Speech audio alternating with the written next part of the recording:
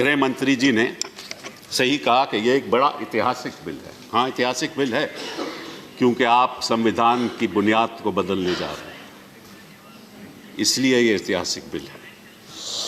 आप हमारे इतिहास को बदलने जा रहे हैं, इसीलिए ऐतिहासिक बिल है। और आपने ये भी कहा कि करोड़ों लोग एक नए सवेरे को कल देखेंगे।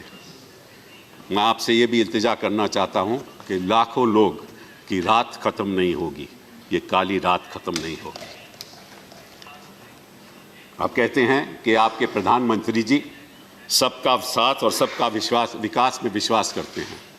सबका विश्वास तो उन्होंने खो दिया, क्योंकि 2014 से लेकर अब तक सबका साथ उन्होंने कभी भी नहीं दिया। उसे आप कैसे कह सकते हो कि ये लोग तो परसिक्यूट हुए थे? आपको कैसे मालूम कि वो परसिक्यूट हुए थे? मैं उदाहरण देता हूं।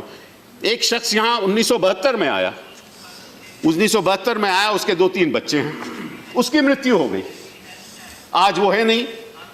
उसके बच्चे कहते हैं मुझे सिटीजनशिप दो। आप कैसे दोगे? जिसकी मृत्यु हो गई वो तो कह नहीं सकता कि भाई वो प्रोसिक्यूट हुआ था, उसने कभी पहले कहा है भी नहीं। तो बच्चों को सिटीजनशिप कहां से मिलेगी? किस आधार पे दोगे आप?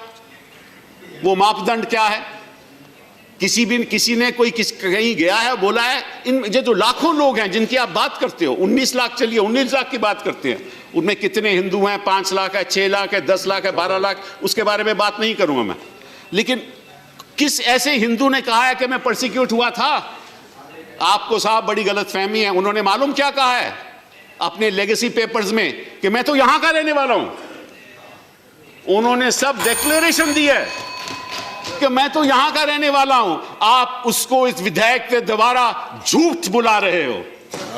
Please conclude. जो शख्स वन सेकंड सर, जो शख्स कह रहा है कि मैं तो हिंदुस्तान का रहने वाला हूं, आप उसको कहना चाहते हो नहीं नहीं तुम हिंदुस्तान के रहने वाले नहीं हो। तुम कहो तो तुम तो बांग्लादेश से आए थे और क्यों परसिक्यूट हो रहे थे, इसलिए हम आपको सिटीजनशिप देंगे। ये किस किस्म का कानून है? आप क्या कर रहे हो संविधान के साथ? आप धज्जियां उड़ा रहे हो संविधान से।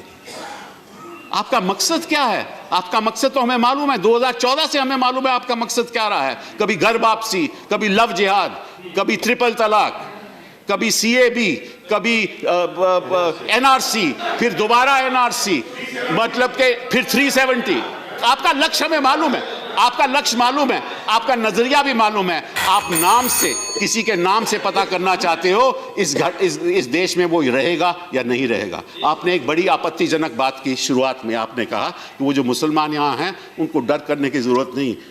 किस मुसलमान के आपसे डर है? हिंदुस्तान का कोई मुसलमान आपसे डरता नहीं है।